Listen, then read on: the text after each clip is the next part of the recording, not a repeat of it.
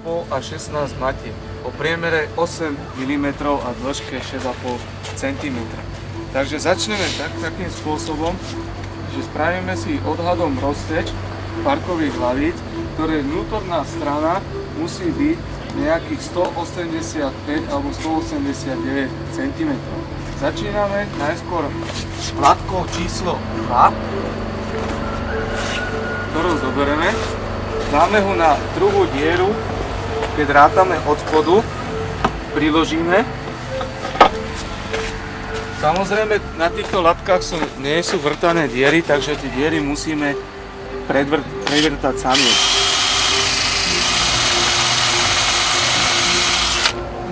Takže samozrejme to budeme musieť prevrtať a vložíme tam dole šrob. Kladievko. Pod spodu ho uchytíme zatiaľ matkou, aby sa nám to neposunulo.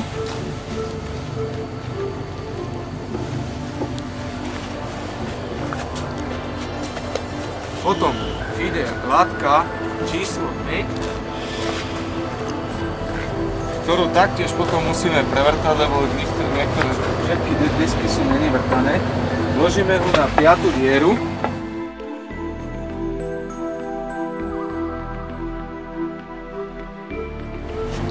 Taktiež ich chytíme z druhej strany matkami.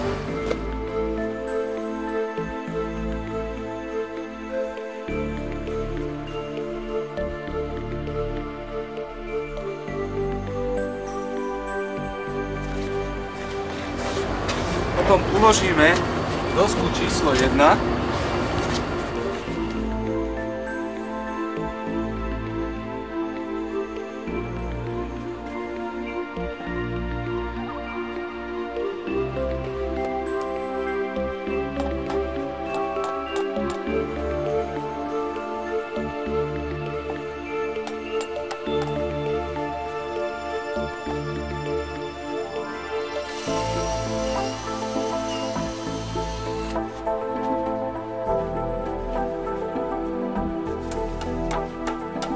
A všetky tieto šroby ešte takto pozatlkáme dovnútra, aby sa nám tam chytil ten 4.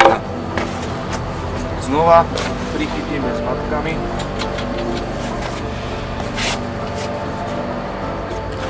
Potom pokračujeme latkou číslo 3, ktorú vložíme na tretiu dieru.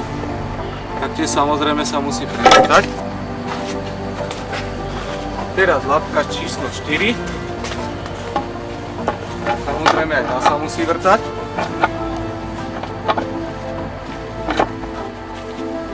Potom pokračujeme latkou číslo 6.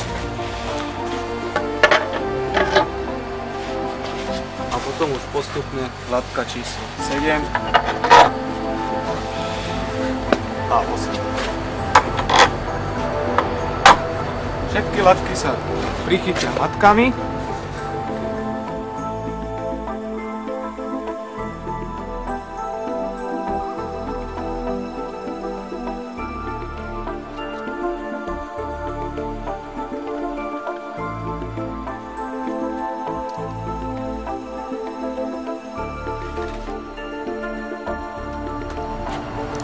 Potom všetky matky pritiahneme buď kľúčom číslo 13, alebo ak máme takéto šrobery na stavci. Dobre sa to musí utiahnuť, najsilnejšie.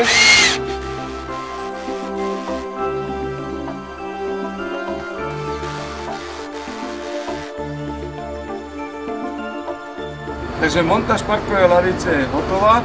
Jestli už máme všetky šrobiky dobre podoťahované napevno, tak lavičku si potom môžeme umiestniť tam, kde budeme potrebovať. Údržba tejto lavičky už nie je žiadne potrebná, iba časom, podľa toho, ako bude slnko na ňu svietiť alebo nejakým poveternostnými vplyvmi, treba ich natrieť potom nejakým lakom alebo nejakou ochranou na drevo. Inak sú glazurované, takže momentálne netreba s nimi robiť nič.